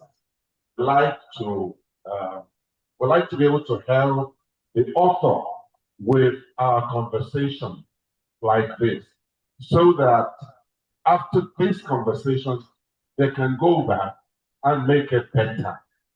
If it's already published, nobody can help it. If it's already performed and popular, you can only make little changes to it. So we encourage new pieces. If you have any piece, therefore, that you would like us to discuss like this, please feel free. Many people are scared to submit their works because as creatives, people can be very sensitive. What are they going to say? Are they going to kill my work and so on? No. We are very, very respectful of every work. anyone submits, because the intent is not to knock down, it is to build up. Yeah. So that's what the Lagos literary SitOut is about. If you you're just attending for the first time and you are not a member, please, after this, just see me or see Leke Akirowo.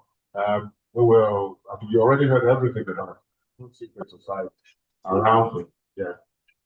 We'll induct you, put you in. And this is no subscription for now. Yes.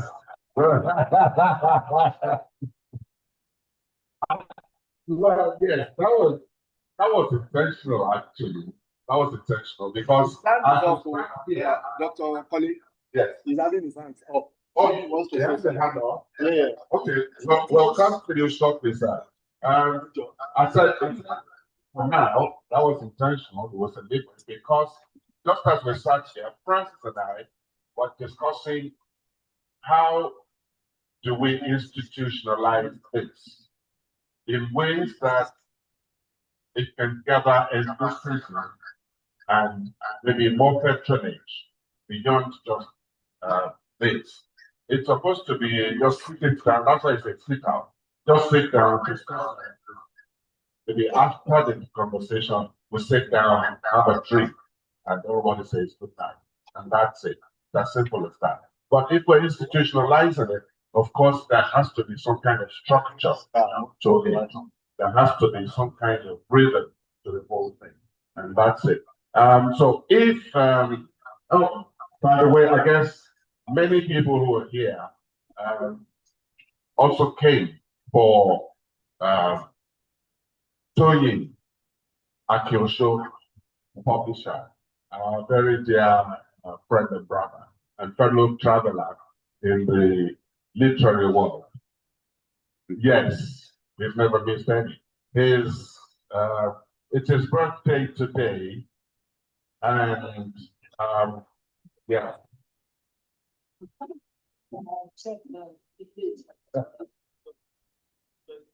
How old are you?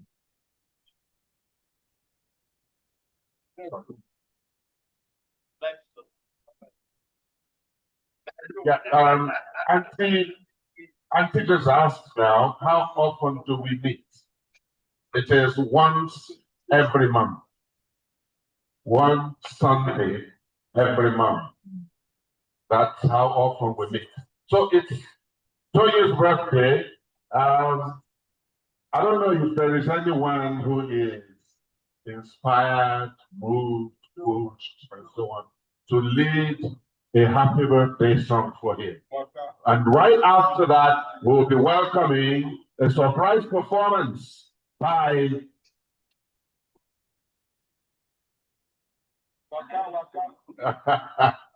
or you.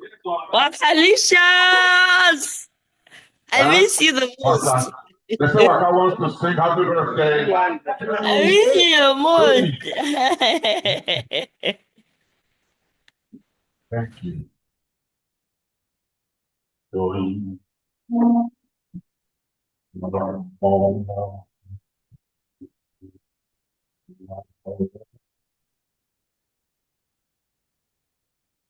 Ah, good. What can't I hear? So your mom and your dad did something, or you were not? Today, take it after you are here, we celebrate to you. So,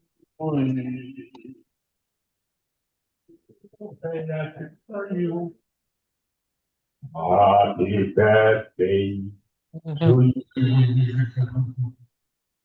Happy birthday to you. Happy birthday.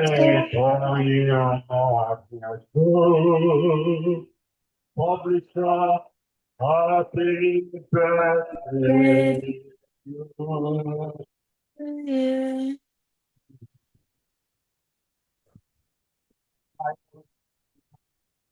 because it's a fellow No. The jolly good I heard fellow. the Oh, jolly he's fellows. a jolly good fellow. Yeah. Yeah.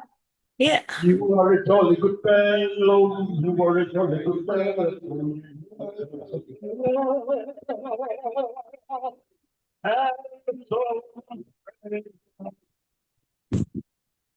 Hooray!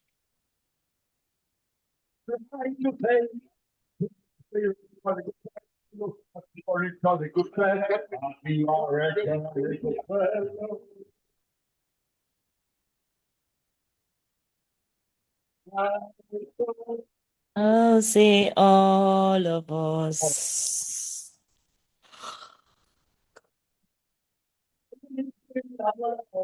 Dr. Mole, you can go ahead, please. Go ahead, please.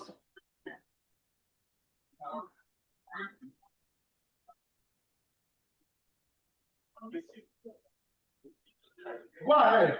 Okay, thank you very much. You know, I haven't listened to what Anne had to say, and very few people will know that I'm one of the few dedicated followers of the craft of Brother Makinde. And I remember when he directed one of Bolanle Austin Peters' play, one of the questions I raised with him, which I'm now ready to flip, was the use of digital cyclorama, you know, in the telling of a story of which he told.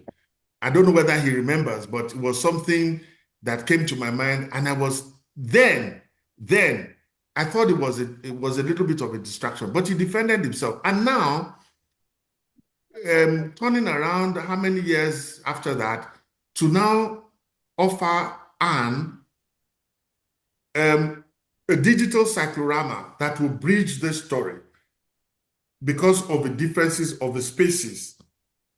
I see if you can walk into the stage directions, that the director should consider digital, either video clips that can bridge, either when she's traveling from Jos to Lagos, that can bridge all of that, and we can also see what is happening, the story being told visually from that perspective, as opposed to only what is happening on stage. And and since you are in contact with Brother Makinde, he can share with you all they did. I don't know whether it was Waka the musical, but I remember it was the first time that he had directed for Bolanle Austin Peters. Yes, and there was a copious use of digitality in that production. Though then I thought it was a little bit of a distraction. And whatever he says, I will still stand that as a photographer, what it did was it made it impossible to have good pictures because there was lighting coming from behind and the characters were standing in front of it. I don't know how. Maybe with people with very good flashes. It's gotten better now. Okay, so it was very difficult to shoot against a lighted background then, but now that there's digital. So that's what I was just going to slip in as a way of bridging these distances. Thank you. Yes. Okay. I just want to ask if I can get, if there's anyone, please, if anyone can help me with the number of a child psychologist, please. I would really appreciate that. Yes, okay. Thank you. Yes. The end of the literary SitOut for this edition, and I thank you all very well. I guess it's the time I have to just excuse myself out of here so that the Crown Group of Africa can take over the stage. Thank you. And please give them a round of applause as they come on stage, please.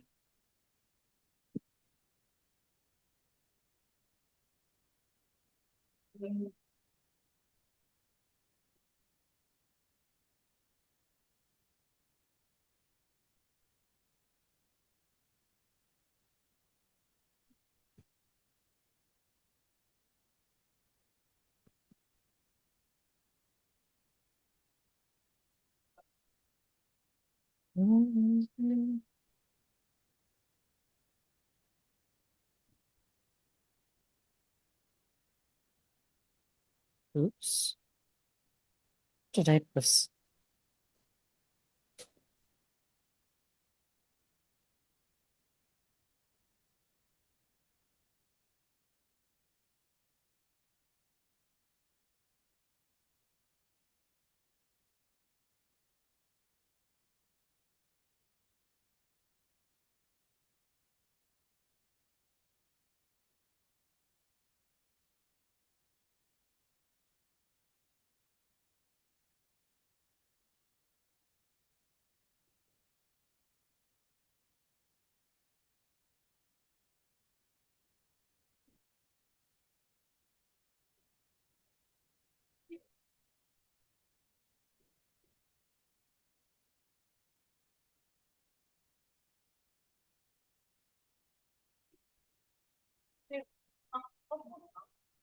They said the man runs it like an agency, and that people don't really like very grown adults, just children about their age. Yeah.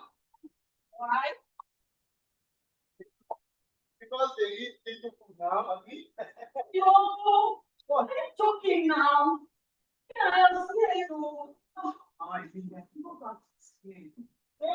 I am still trying to come to terms with letting go of our children. If only this stupid bandits will allow us farmers to go work the farms. I'm just so confused right now. What is this confusion all about, say? Eh? I don't really understand what is going on. Don't they feel it? The people in the football, the rest of Nigeria, don't they feel it? Don't they miss food? What is happening?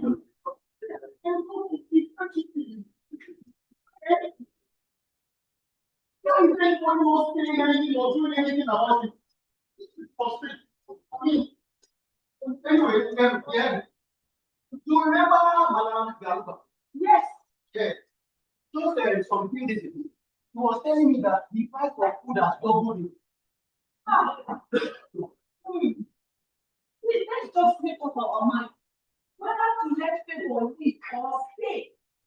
Abi, because right now, that's what is important. As money comes in as planned, we are going to use it for junior and the other children. So they do not stop primary school. Let's just start from somewhere. I beg.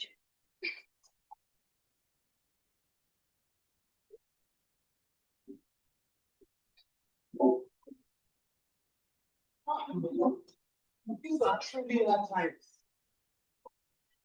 I am going to bed. When the other children, when you are coming, tomorrow is another day. Tomorrow is another day.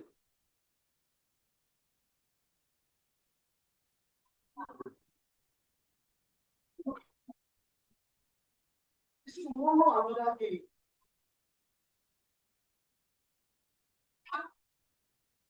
Brother, we prepare shows and annoying people.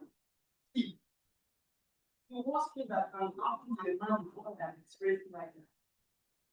Because my own wife seems to be.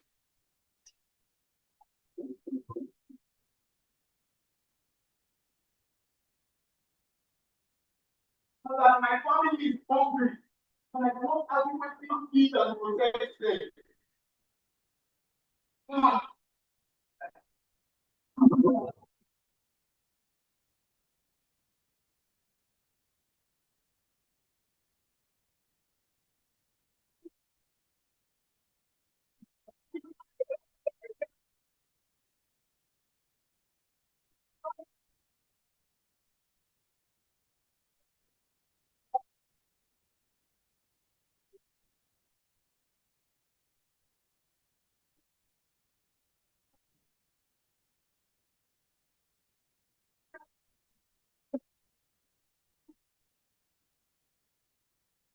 a check on what time you. Where is the match they brought yesterday? Are you crazy right now? I wanted us for show me for you. This is the 91 part of the last match. You lie like your mother. Will you go inside and bring out that match? Eh? Only out if anybody joins us. I'm sure you are not smart. Eh? This simple thing is what you cannot do right. I wonder why it gets the knowledge from them all competing. That reminds me. Maybe you can say I'm trying to get my back. Better. You like them for just time. Hello? Mr. Yusufu. I wanted to call because I was waiting. You know I tell you I don't want people. And I don't want boy. What is her name? Favor. Hello. So you use that to bring favors. School? Okay. You say that you can still pay salary at me. This one salary up front. Hola. Koburu. When are they coming? I will transfer now.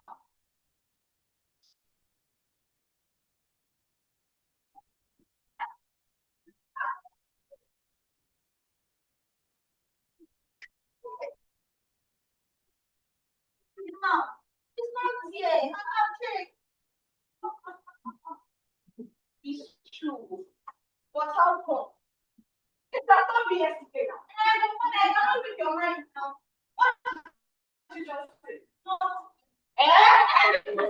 Oh, what do you want?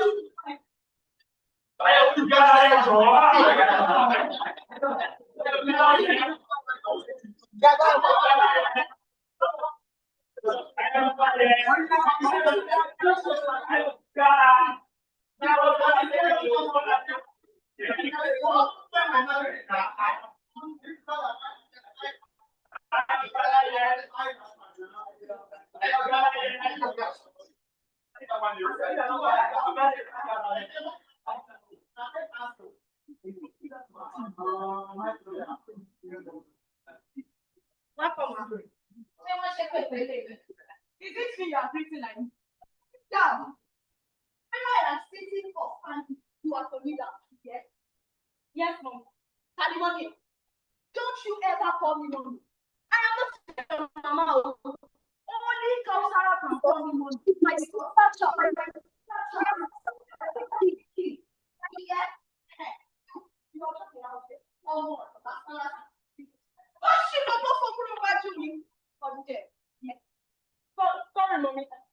Sorry, ma'am.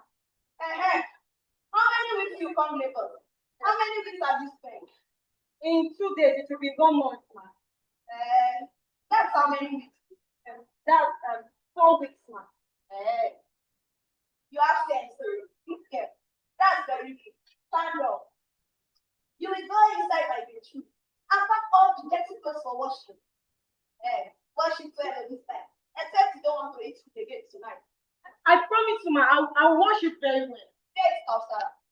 She's in the car. What are you doing in the car? With the driver again. Does she expect me to carry my bag by myself? Sorry, ma. Not worry. Sarah started to grow wings and fly over me. When they marry me, will be wrong. Mommy. Sorry, ma. I just want to ask that. When will I start going to school?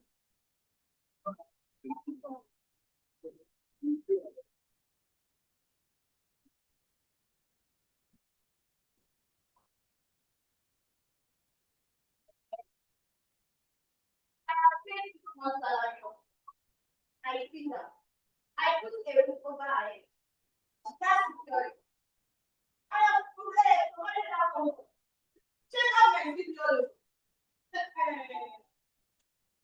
Oh, yeah. That's not a problem. You will not shoot. You will attend school. I am not going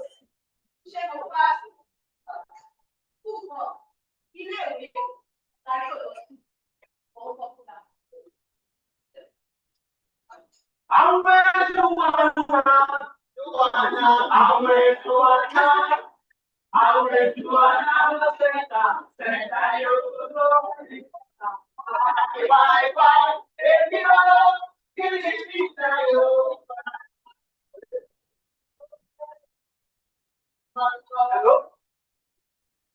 Hello, Kudi. Now, Kudi, can you go on now? What is going on? Kudi, why are you disturbing the phone now? Now, Kudi, sing up for what? Why? Every love, Kudi. Kudi, you know I am not in the game. Kudi, what is your problem?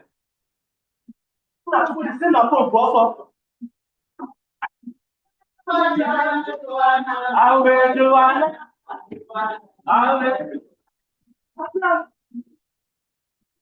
Awesome. Now, baby, why not? Baby. Marcy. Yo, baby. That's you. Eh? Get you back. Eh? How are you? I'm fine. Say I should bring your food. Oh, yeah, did you want you? You know I have not had a man like a long time. It is a plenty place for me, you know. Shakia, eh? Now, go bring it. You will not avoid them. Oh, God. Oh. You see, let's go. Nothing. Somehow.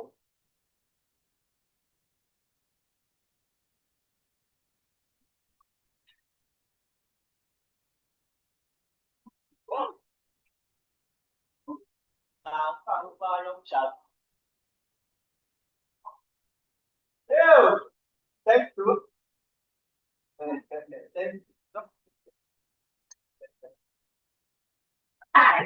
Baby,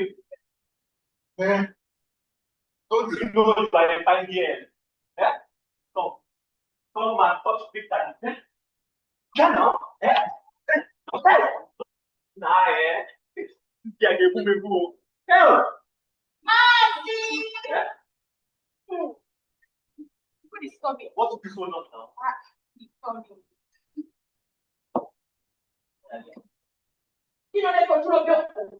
Where is it now? Why is she standing there rather than moves? Hey, Marcy, you know when you just come from TV, there's this way that I don't know how to say. Timid. Timid, yeah. You have to understand it of it, Gary. She looks very expensive. Yeah? I like her. Yes, don't be angry. Angry what? Sissy. Ask her why would I be angry? Eh? She looks very respectful and very obedient. I like her. Yeah. This one helps in the house. Nobody has said. Eh? She stays in the house. Not to. Nah, I like this one. It's not that other one. What's her name again? Boso. Sarah. That's what. My sister became an child. Child. Oh, this. Huh? If you want this. It's not Sarah. I cannot show her away. I am tired to work. Our mother is no more, you know. All I thought I said, I'm not talk about today. I hear what's your hand?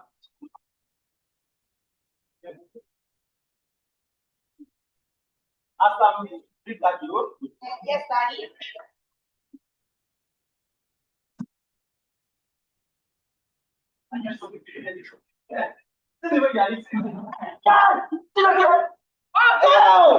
What is wrong with you? The food is delicious. Hey, now what I want you to say. What is wrong now, Marcy? It's nothing. It's perfect. It's very all right. Oh, baby. Happy birthday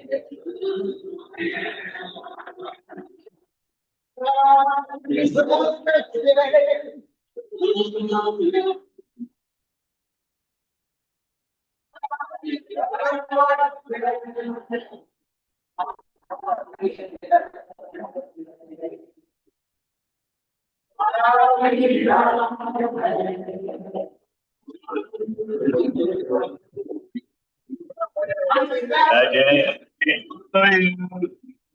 Happy birthday to you. Happy birthday from Christian. Happy birthday to you.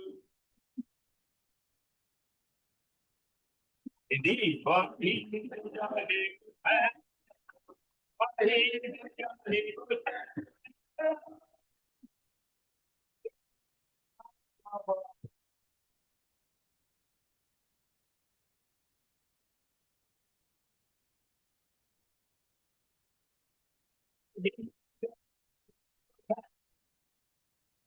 He is a jolly good man. He is a jolly good man.